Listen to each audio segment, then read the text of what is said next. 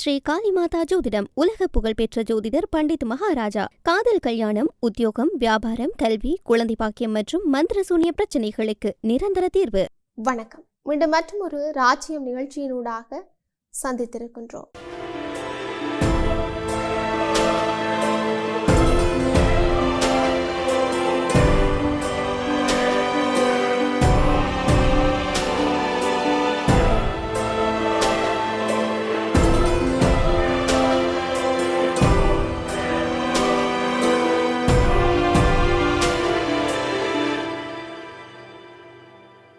Iran மற்றும் America இடையிலான போரை முடிவுக்கு கொண்டு வர ஒரு ஒப்பந்தத்தை ஏற்படுத்தும் முயற்சிகள் தீவிரமடைந்துள்ள நிலையில் ஈரானின் உயர்மட்ட பிரதிநிதிகள் குழு கட்டாருக்கு பயணம் செய்திருக்கிறது. இந்த போர் மத்திய கிழக்கின் நிலைத்தன்மையையும் உலக பொருளாதாரத்தையும் பாதிக்கும் அபாயத்தை உருவாக்கியிருக்கிறது. ஈரானின் வெளிவிவகார அமைச்சர் அப்பாஸ் அராக்சி, பாராளுமன்ற சபாநாயகர் முகமது பஹேர் காலிபாப் மற்றும் மத்திய வங்கி ஆளுநர் ஆகியோர் திங்கட்கிழமை டோஹாவில் நடைபெற்ற பேச்சுவார்த்தையில் கலந்து கொண்டார்கள். இந்த பேச்சுக்கள் சுமார் 3 மாதங்களாக நீடித்து வரும் அமெரிக்கா, இஸ்ரேல் மற்றும் ஈரான் இடையிலான மோதலை முடிவுக்கு கொண்டு வரும் ஒப்பந்தம் தொடர்பான முக்கிய பிரச்சனைகள் குறித்து கவனம் செலுத்தியது. அமெரிக்க அதிபர் டொனால்ட் ட்ரம்ப் ஈரானுடன் செய்யப்படும் ஒப்பந்தம் அர்த்தமுள்ளதாக இருக்க வேண்டும் என்றும் தெரிவிக்கப்பட்டிருக்கிறது. இல்லை என்றால் எந்த ஒப்பந்தமும் இருக்காது என்று எச்சரித்திருக்கிறார். சில நாட்களுக்கு முன்பு ஒப்பந்தம் பெரும்பாலும் முடிவடைந்து விட்டதாகவும் அவர் கூறியிருந்தார். இல்லை என்றால் எந்த ஒப்பந்தமும் இருக்காது என்று எச்சரித்திருக்கின்றார். சில நாட்களுக்கு முன்பு ஒப்பந்தம் பெரும்பாலும் முடிவடைந்து விட்டதாகவும் அவர் கூறியிருந்தார். ஏப்ரல் 8 முதல் இரு நாடுகளும் போர் நிறுத்தத்தை கடைபிடித்து வருகின்றன. இதற்கிடையில் ஈரான் ஹார்முஸ் நீரிணையை பெரும்பாலான கப்பல்களுக்கு மூடியுள்ளதுடன் அமெரிக்கா ஈரானின் துறைமுகங்களுக்கு கடற்படை மறியல் விதித்தும் இருக்கின்றது.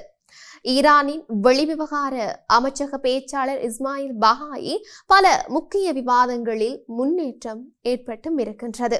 ஆனால் உடனடியாக ஒப்பந்தம் கையெழுத்தாகும் என்று அர்த்தமில்லை என்று சொல்லியும் அவர் தெரிவித்திருக்கிறார். மேலும் இப்போதைக்கு அணு விவகாரம் குறித்து பேசப்படவில்லை என்றும் முக்கிய கவனம் போரை நிறுத்துவதில் உள்ளது என்றும் அவர் கூறியும் இருக்கிறார்.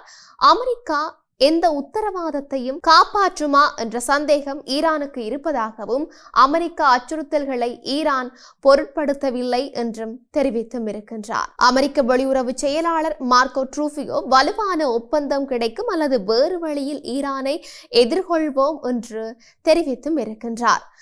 தற்போதைய பேச்சுவார்த்தைகளில் ஹார்முஸ் நீரிணையை திறப்பது, அமெரிக்க கடற்படை மறியலை நீக்குவது மற்றும் ஈரானின் உயர் செறிவு யுரேனியத்தை அகற்றுவது போன்றவை முக்கிய அம்சங்களாக இருக்கின்றன.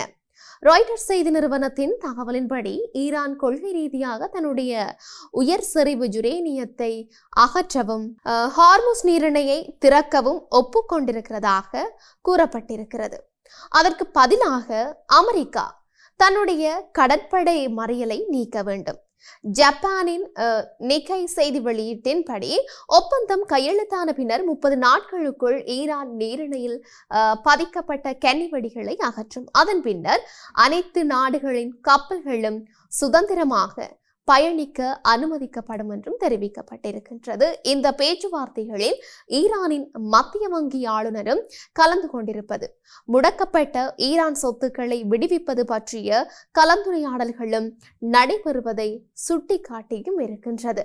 இதற்கிடையில் பாகிஸ்தான் மற்றும் சீனா போன்ற நாடுகளும் இந்த மோதலை முடிவுக்கு கொண்டு வர முயற்சிகளில் ஈடுபட்டும் இருக்கின்றன. பாகிஸ்தான் ராணுவ தளபதி அசீம் முனீர் மற்றும் பிரதமர் ஷெஹ்பாஸ் ஷெரீப் சீன தலைவர்களுடன் பேச்சுவார்த்தை நடத்தினார். அதே நேரத்தில் ட்ரம்ப் மத்திய கிழக்கு முஸ்லிம் நாடுகள் அனைத்தும் ஆபிரகாம் ஒப்பந்தத்தில் இணைந்து இஸ்ரேலுடன் உறவுகளை சாதாரணப்படுத்த வேண்டும் என்று வலியுறுத்தி இருக்கிறார். சவுதி அரேபியா மற்றும் கட்டார் உடனடியாக இந்த ஒப்பந்தத்தில் கையெழுத்திட வேண்டும் என்றும் அவர் தெரிவித்தும் இருக்கின்றார். 2020ஆம் ஆண்டு கையெழுத்தான ஆபிரகாம் ஒப்பந்தத்தின் மூலம் ஐக்கிய அரபு அமீரகம், பஹ்ரைன், சூடான் மற்றும் மொரோக்கோ ஆகிய நாடுகள் இஸ்ரேலுடன் உறவுகளை சாதாரணப்படுத்தி இருந்தன. ஆனால் இது பலஸ்தீன அரசின் பிரச்சனையை புறக்கணிக்கின்றது என்ற விமர்சனங்களும் தொடர்கின்றன. தொடர்ச்சியாக இஸ்ரேலுக்கு எதிராக லெபனான் சுதந்திரம், இறையாண்மை மற்றும் பிராந்திய ஒருமைப்பாட்டிற்கு ஈரான் ஆதரவை வெளியிட்டிருக்கின்றது. ஈரானின் வெளியுறவு அமைச்சர் அப்பாஸ் அராக்சியால் ஆதரவு செய்தி வெளியிடப்பட்டிருக்கிறது. லெபனான் நாடாளுமன்ற சபாநாயகர் நபிபெரி மற்றும் ஹிஸ்புல்லாவின் பொதுச் செயலாளர் நயீம் ஹாசிம் ஆகியோருக்கு மேற்படி ஆதரவு வார்த்தைகளை தன்னுடைய செய்தியில் அராக்சி தெரிவித்திருக்கிறார்.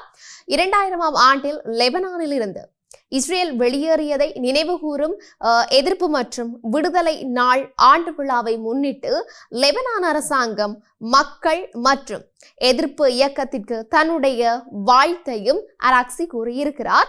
இஸ்ரேலுக்கும் லெபனானுக்கும் இடையிலான பேச்சுவார்த்தைகளை மீண்டும் ஒருமுறை நிராகரித்த ஹிஸ்புல்லாவை அமெரிக்க வெளியுறவுத்துறை அமைச்சர் மார்க்கோ ரூபியோ கடுமையாக கண்டித்ததோடு லெபனான் மக்களை வீதிகளில் இறங்குமாறு அழைப்பு விடுத்ததை தொடர்ந்து இவரது அறிக்கை வெளியாகியும் இருக்கின்றது. அமெரிக்காவுக்கும் ஈரானுக்கும் இடையே விவாதிக்கப்பட்டு வரும் சாத்தியமான ஒப்பந்தத்தில் மார்ச் 2 முதல் 3000க்கும் மேற்பட்டோரின் உயிரை பறித்து லட்சக்கணக்கானோரை இடம்பெயர செய்துள்ள லெபனான் போரை முடிவுக்கு கொண்டு வருவது இடம்பெறுமா என்பது இன்னும் தெளிவாக தெரியவில்லை. இந்த நிலையில் நேற்று இஸ்ரேலிய பிரதமர் பெஞ்சமின் நெத்தன்யாகு இருவருக்கும் இடையேயான தொலைபேசி உரையாடலின் போது லெபனான் உட்பட அனைத்து முனைகளிலும் இருக்கின்ற அச்சுறுத்தல்களுக்கு எதிராக தற்காத்து கொள்ளும் இஸ்ரேலின் உரிமையை ட்ரம்ப் மீண்டும் உறுதிப்படுத்தியிருக்கிறதாக கூறியும் இருக்கின்றார். இவை இப்படி இருக்க உக்ரைனிய தலைநகர் கீவ் மீது புதிய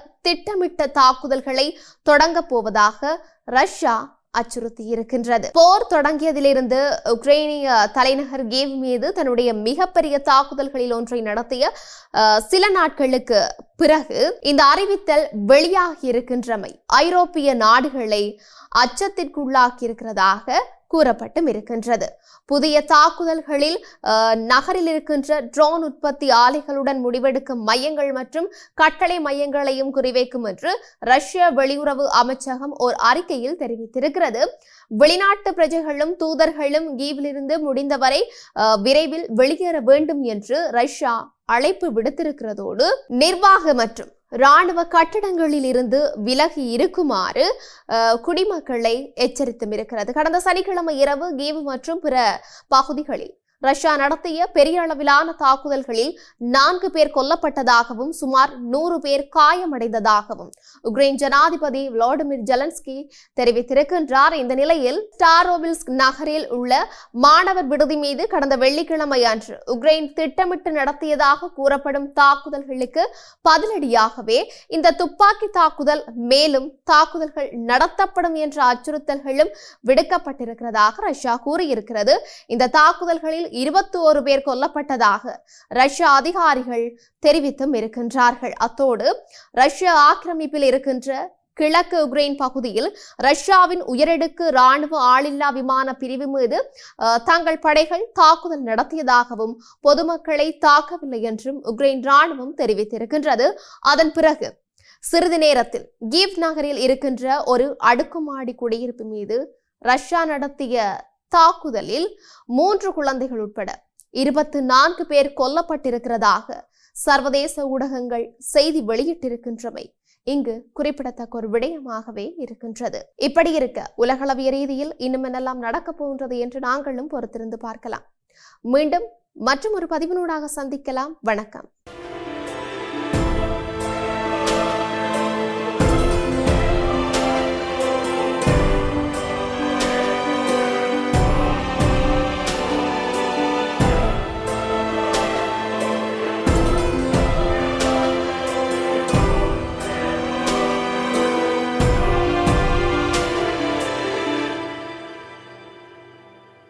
ஸ்ரீ காளிமாதா ஜோதிடம் உலக புகழ்பெற்ற ஜோதிடர் பண்டித் மகாராஜா. காதல், கல்யாணம், உத்தியோகம், வியாபாரம், கல்வி, குழந்தை பாக்கியம் மற்றும் மந்திர சூனிய பிரச்சனைகளுக்கு நிரந்தர தீர்வு.